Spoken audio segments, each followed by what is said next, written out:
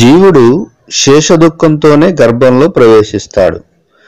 ఫలదీకరణం తరువాత శిశువు పరిణామ క్రమం ఇలా ఉంటుంది. ఒక రోజుకు ఖలీలమవుతాడు, 5 రోజులకు బుడగ ఆకారం పొందుతాడు, 10 రోజులకు రేగు పండులా కఠినమైన మాంసం ముద్దగా తయారవుతాడు, 1 రోజులకు తల ఏర్పడుతుంది, 2 నెలలకు చేతులు ఇతర అవయవాలు, 3వ నెలకు గోళ్ళు, రోమాలు, చర్మం, లింగం, నవరంధ్రాలు ఏర్పడతాయి, 4వ నెలకు సప్తధాతువులు ఉద్భవిస్తాయి, 5వ నెలకు ఆకలి దప్పుకులు, 6వ నెలకు జరాయువు ఏర్పడి మావిచ్చే కప్పబడిన శిశువు గర్భంలో దక్షిణాన తిరుగుతుంటాడు. తల్లి తీసుకునే ఆహార పానీయాలతో క్రమక్రమంగా వృద్ధి చెందుతూ దుర్గంధభూయిష్టమైన మలమూత్రాల గుంటలోని పురుగులు సుకుమారమైన శరీరాన్ని కొడుతుంటే ఆ బాధకు తట్టుకోలేక మాటిమాటికి మూర్చబోతాడు. నరకయాతన, నరకానుభవం అనేవి జీవుడు మాతృగర్భంలోనే అనుభవించడం ప్రారంభమవుతుంది. ఆహారం ద్వారా తల్లి తీసుకునే లవణాది పదార్థాలతో సర్వాంగాలలో నొప్పి కలుగుతుంది.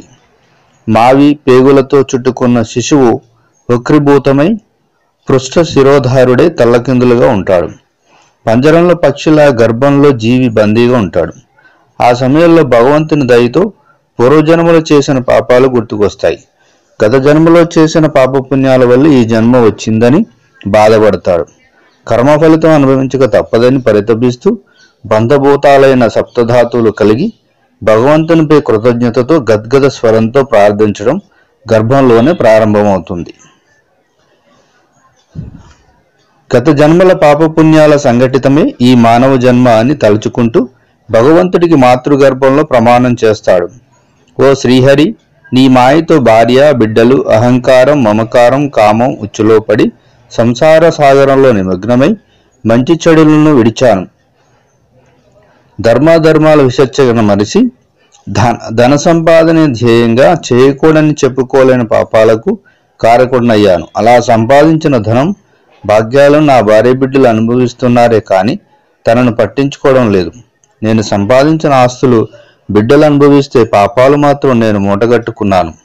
ఓ భగవంతుడా, ఈ దుర్గంధంతో గర్భంలో ఇక ఉండలేను. దయచేసి నన్ను బయటపడేస్తే ఈసారి పాపకృత్యాలకు దూరంగా ఉంటాను. మీ చరణారవిందులను ఎప్పుడూ వీడను. ఈసారైనా ముక్తి పొందడానికి ప్రయత్నిస్తాను. ఈ జన్మలో నాకు సంసార బంధాన్ని కట్టబెట్టవద్దు. పొరపాటును కూడా సంసారం జోలికి పోను. పరాత్పర, ఈ మలమూత్ర రూపంలోని దుర్గంధాన్ని భరించలేక జఠరాగ్ని రూపంలోని వేడి వల్ల మాడిపోతున్నాను. నన్ను బయటకు పంపు.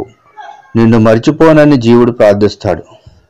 మరి మాతృగర్భంలో భగవంతుడికి ఇచ్చిన మాటను మనం నిలబెట్టుకుంటున్నామా?